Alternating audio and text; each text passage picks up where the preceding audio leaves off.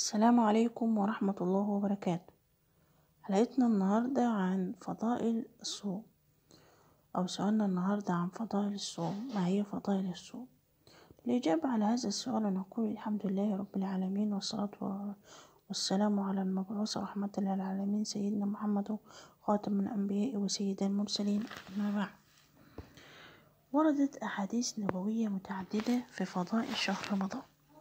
من هذه الأحاديث قوله صلى الله عليه وسلم عند حلول شهر رمضان: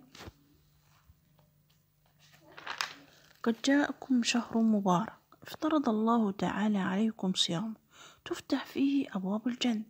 بأول فضيلة إن أبواب الجنة بتتفتح، وتغلق فيه أبواب الجحيم. بالتاني فضيلة إن أبواب الجحيم بتنقفل، وتغل فيه الشياطين، يعني تقيد فيه الشياطين. يبقى تالت فضيلة إن الشياطين بتتقيد فيه وتتحبس عن البني آدم.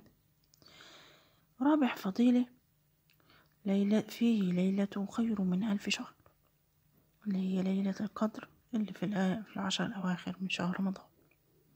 بديهة بأول حاجة بتفتح أبواب الجنة، تفتح أبواب الجنة. تاني حاجة بتغلق أبواب الجحيم. تالت حاجة بتغلق أو بتغل أو بتقيد الشياطين.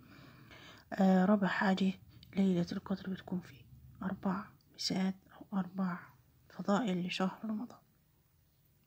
وقوله صلى الله عليه وسلم أيضا: إن الله تبارك وتعالى فرض صيام شهر رمضان عليكم وسنة لكم قيام، يعني سنة لنا قيام الليل بتاع شهر رمضان سنة. ومن صامه وقامه إيمانا واحتسابا خرج من ذنوبه كيوم ولدته أمه، كأنه ما عملش ذنوب، زي الطفل اللي لسه ما عملش ذنوب أو معلوش تكليف. بديل خامس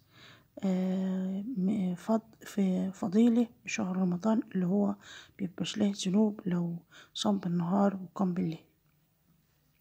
وقوله أيضا صلى الله عليه وسلم: والذي نفس محمد بيديه لخلوف فم الطائم أطيب عند الله من ريح المسك. وللصيام فرحتان يفرحهما، إذا أفطر فرح بفطره، وإذا لقى ربه فرح بصومه. وقوله صلى الله عليه وسلم: إن في الجنة باب يقال له الريان يدخل منه الصائمون يوم القيامة ليدخل معهم أحد غيره. قال: أين الصائمون؟ فيدخلون منه، فإذا دخل آخرهم أغلق هذا الباب فلم يدخل منه أحد. قوله أيضا صلى الله عليه وسلم: 3 لا ترد دعوته، الصائم حتى يفطر، والحاج حتى يرجع، ودعوة المظلوم. هذا جانب من الأحاديث النبوية الشريفة التي وردت في فضل شهر رمضان وفضل الصيام والصائمين.